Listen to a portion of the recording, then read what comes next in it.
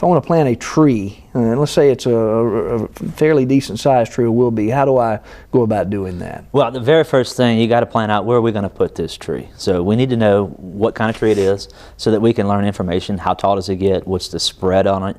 Because we'll use that in placement in the yard.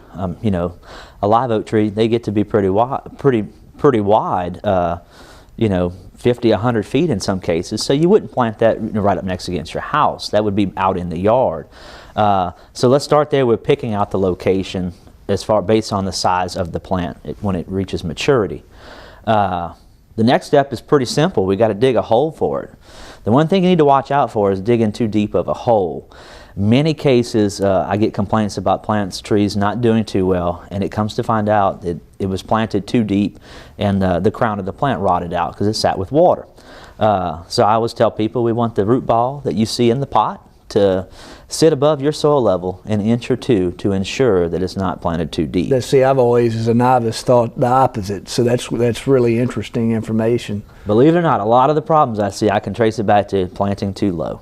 And do you just put mulch or topsoil and such on top of the roots then, if you're leaving it a little bit above ground? That's right. So anyway, you dig your hole about twice as wide. You know, the bigger the pot, you know, as far as you can.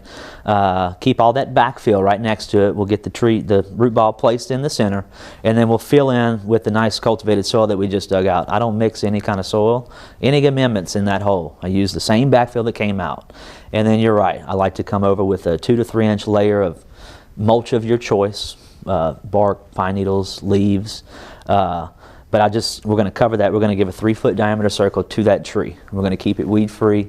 And also that circle is going to help you out with mowing because you won't have to mow right up on the trunk. It's going to give you a bigger circle there to follow. So why would you not mix in the non-natural soil, for lack of better terms, the soil that didn't come from that spot in with that? Well, the thing is, you know, I've seen a lot of cases where, you know, people, you know, use a lot of potting soil in the hole or whatnot, but we've dug a hole in the earth, and if you fill it with a foreign material, you know, we get our tree planted in there, the roots are going to go fine through it, but then they're going to hit the original soil.